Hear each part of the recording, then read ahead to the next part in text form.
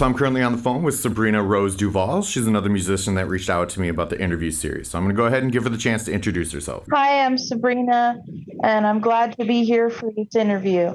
Excellent.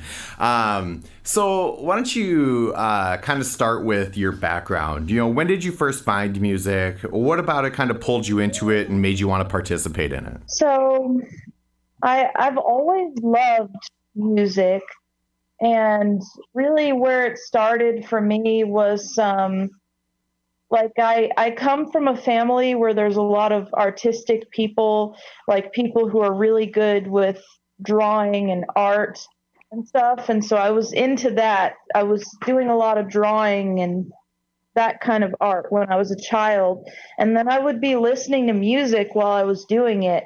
And because I didn't really like drawing unless I was listening to music. And then I started to realize, maybe I like music more than this. And so I started to look into that and see if maybe I could get into music. And so that was really what started it. And so I started doing like singing, and I started writing poems and songs when I was around the age of 12 probably. And then when I was 14, I taught myself how to play acoustic guitar, and it came really naturally to me. And I didn't have any lessons from anybody. I had some books, and I looked things up online. And then I taught myself how to play and started writing songs with the guitar. Okay. And so tell me a bit about that process. You say that you taught yourself acoustic guitar. Did you do that via just like learning tablature for popular songs, or did you take like online courses?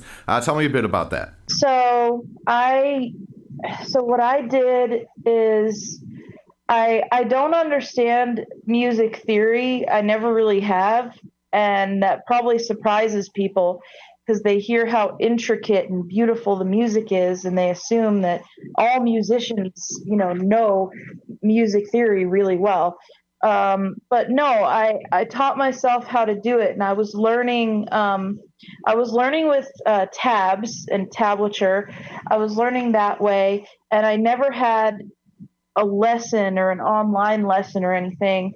I had a book that I think my dad got for me that was talking about how to play the guitar, and then it talked about like where you put your fingers on the fretboard and what each string is called, and Mhm. it had uh, it said something like, this is an easy way to remember what each string is called. Easter bunny gets drunk at Easter. Nice. Awesome. So tell me a bit about, the direction that you wanted to take. Did you just kind of want to go into being a solo songwriter, or did you kind of have like a full band arrangement in mind? What was kind of your vision for the way you wanted to create? So I've always wanted to be a solo musician, just personally, because I came to find that I'm really I'm really able to do it on my own. I mean, I write my own music, and I play my own music, and I sing my own songs, and you have more creative freedom that way, um, to do what you want to do with your music if you're a solo musician like I am. Um, but I have had some friends in the past who found out about my talent and they wanted to start a band, and that never really worked out. I did try that once, but it wasn't a real band, and they didn't even know how to play instruments, so that didn't really work out. Okay. So how do you approach songwriting then? Do you, I assume you have some sort of digital workstation that you do your recording in. Do you kind of plot out what your main instrumentation is and then do like background instruments? Go into a bit about your creative process. Um, so with the recording, usually what I do is I I will always record the main guitar part first, and then I'll go into the main vocals, and then probably do some harmonies, and then go back and add other lines with different guitar parts, and then I add some percussion, because I do play a little bit of the drums and like shakers for percussion, Hmm. and so do I do things like that. I mean, are you asking about like how I record the songs? That's what you're asking? Well, that, and then also kind of, on a song to song basis, how do you determine, what parts you want to be a part of the song? Okay. Um, oh, so like the songwriting process and deciding what the final song is? Yeah, and then also like, at what point do you say, okay, this song just needs a guitar, or, this song could use a bit of piano in this section or whatever, like that kind of stuff. So I don't know. Um, I mean, I'm a Christian and I do pray for guidance on these things. And my music is not Christian music, but I do pray for guidance, and then I'll come up with an idea. And like if I don't know exactly how the harmony should go, I do pray about it.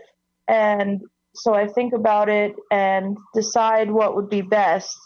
And I'm really a perfectionist, so there's a lot of songs that are not finished or that I've thought of things for, but they're just not good enough, so I've never recorded them.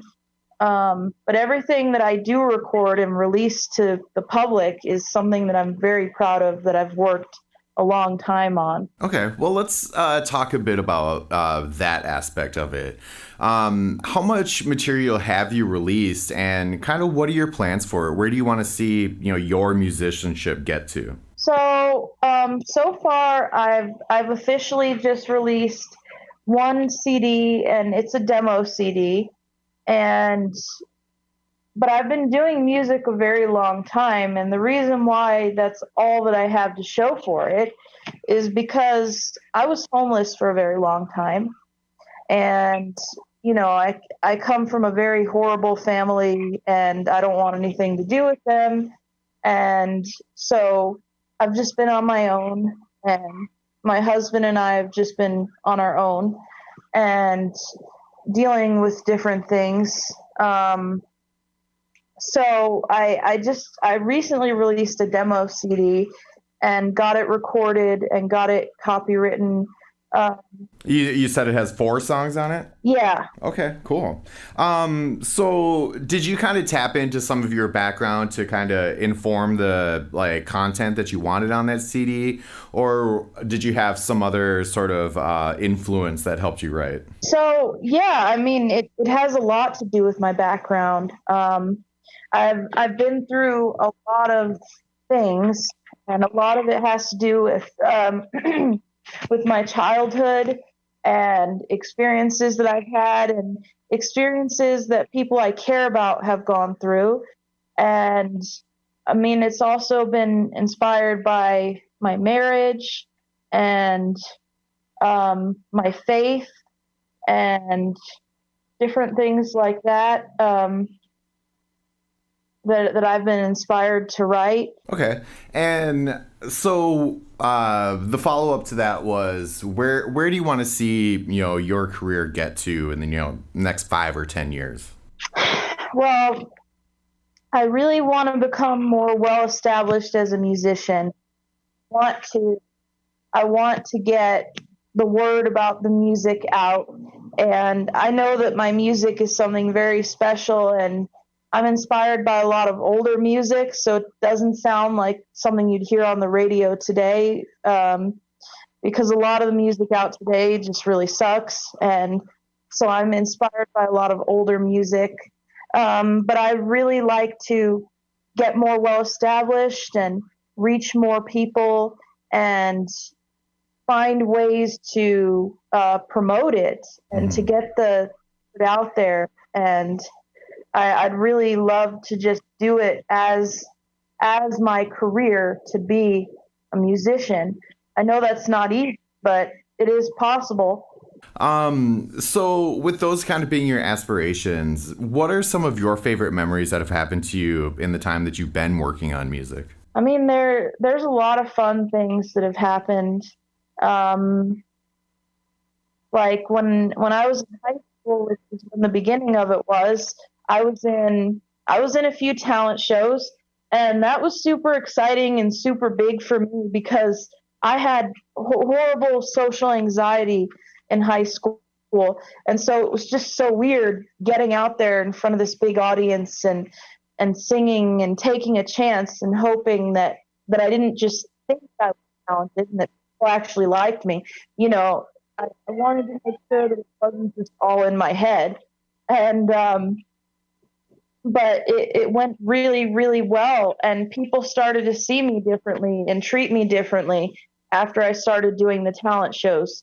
They used to know me as this really shy, quiet person, and all of a sudden they're just like, "Wow, like she's talented. Wow, she's really good, and wow, that takes a lot of courage to get up there and do that." And so that was really exciting in the beginning. And when I lived in Tennessee, which is where I lived before moving to Colorado, I was in a pirate fest that this lady named Barry, she ran this pirate fest in Tennessee, and so I played at the pirate fest and I dressed up as a pirate, and that was fun.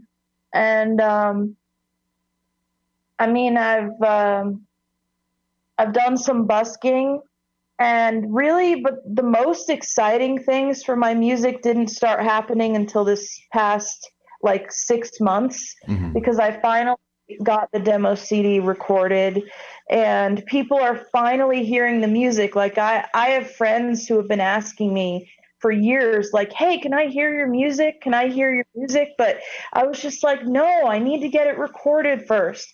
I need to get it copyrighted." Because I'm one of those people where I'm just like, I need to have all my bases covered, and I want to make sure that it's copywritten before I start sharing it with people. I don't want to run into any legal problems if somebody tries to steal it, because you Sure. never know.